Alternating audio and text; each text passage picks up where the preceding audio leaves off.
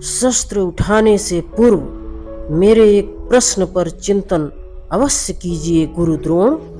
यदि मैं आपसे कहूं कि जो अश्वत्थामा मरा है वह वास्तव में आपका पुत्र नहीं, एक हाथी है, तो क्या आपका जीवन पुनः मधुर प्रतीत होने लगेगा? क्या आपका हृदय फिर से करुणा से भर जाएगा? क्या आप यथार्थ कह रहे हैं वासुदेव?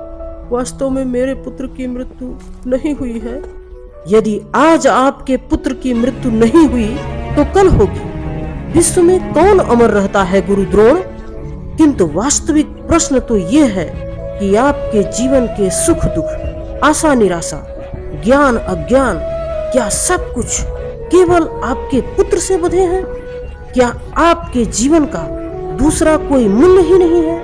क्या आपकी सारी शक्ति, सारा ज्ञान केवल आपके पुत्र के लिए है? अवश्य मेरे कारण वह इस संसार में आया। उसने मुझे सुख, सम्मान और स्नेह दिया। मेरे लिए जीवन में उससे अधिक महत्व का कोई नहीं। क्या प्रत्येक पिता अपने पुत्र से अधिक प्रेम नहीं करता? तो विचार कीजिए गुरुद्रोण, जिस पुत्र के प्रति आपको इतना अधिक प्रेम है उसे वास्तव में आपने क्या दिया? संपत्ति दी, सुख दिए, राज्य दिया, संस्कार दिए, विद्या दी, धर्म का ज्ञान दिया गुरुदेव? क्या आप उसे कुछ भी ऐसा दे पाए जिससे उसे आपकी रक्षा की आवश्यकता ही न हो? मैं मानता हूं कि सभी अर्जुन तथा अंगराज कर्ण की भांति महान योद्धा नहीं बन पाते, किंतु आप अपने पुत्र को उचित निर्णय लेने का शिक्षण तो दे ही सकते थे। यदि आपने ऐसा किया होता तो आज आपका पुत्र धर्म का शत्रु नहीं होता और आपको भी अधर्म के पक्ष में रहकर युद्ध नहीं करना पड़ता। मैं अपने पुत्र को सारे सुख देने की इच्छा रखता था वासुदेव। मेरे पुत्र अश्वत्थामा के प्रति मेरे मन में प्रेम नहीं। प्रेम तो उन्नति देता है गुरुदेव, उचित अनुचित का ज्ञान देता है। प्रेम होता तो आप भी अधर्म से नहीं बचते और आपका पुत्र भी अधर्म से छूट जाता। वास्तव में यह प्रेम नहीं है, आपके मन का मोह है। प्रेम और मोह के बीच क्या भेद होता है, क्या आपने कभी विचार किया है? प्रेम से ही तो मोह का जन्म होता है वासुदेव।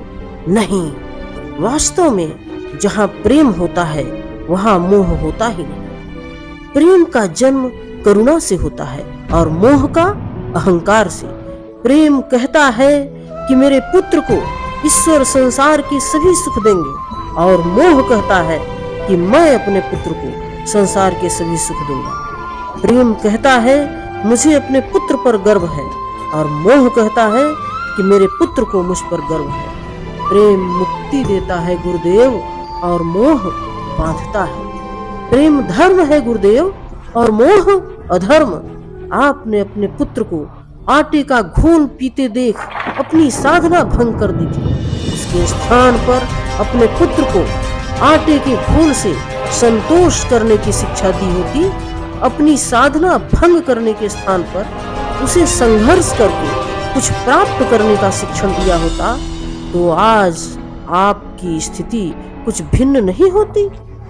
अपने पुत्र का भविष्य उज्जवल बनाने के प्रयासों में आप उसके चरित्र को उज्जवल बनाना भूल ही गए गुरुदेव। आपके मोह के कारण उसके जीवन से धर्म नष्ट हो गया। लोभ, भय और लालसा का शिक्षण दिया आपने उसे, और स्वयं भी उसी मोह के कारण वास्तव में गुरु तो कभी बन ही नहीं पाए, केवल शिक्षक बनकर रह गए। ऐसा क्यों कह रहे हैं वासुदेव? मैंने तो अपने संपूर्ण जीवन में अपने सारे शिष्यों को पूरी निष्ठा से उत्तम बनाने का प्रयास किया। गुरु वो होता है जो विद्या का दान देता है, विद्या का व्यापार नहीं करता। इसलिए गुरु को अपने शिष्यों से दक्षिणा की आशा होती है, मूल्य की नहीं। किंतु आपने अपने अमूल्य ज्ञान का मूल्य निश्चित कर दिया। अपने ज्ञान के बदले में अपने शिष्यों से प्रतिशोध मांगकर आपने न केवल अपने जीवन में विष घोल दिया, अपितु अपने शिष्यों के जीवन में विष घोल दिया। और ये सब आपके मोह और अहंकार के कारण है। आप गुरु नहीं है द्रोणाचार्य। जिस व्यक्ति के हृदय में अहंकार और मन में मोह तथा लालसा होती है, उसके हाथों धर्म का कार्य तो हो ही नहीं सकता। इसलिए महर्षि भरद्वाज के पुत्र जैसे बाढ़ में डूबता व्यक्ति किसी वृक्ष को पकड़कर स्वयं की रक्षा करता है, वैसे ही इस अंत समय में धर्म को पकड़ लीजिए। आज समय है उचित निर्णय लेने का। मोह का त्याग कीजिए गुरुदेव। मैं इसी क्षण चाहूं तो आपके प्राण ले सकता हूं, किंतु मेरी इच्छा है कि आप जीवन में एक उचित निर्णय स्वयं लें।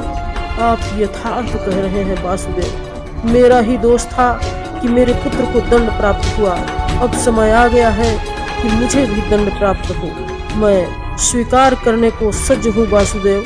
मेरा अंत समय आ गया है। मैं आपको अंतिम प्रणाम करके अपने प्राण त्याग रहा हूँ वासुदेव।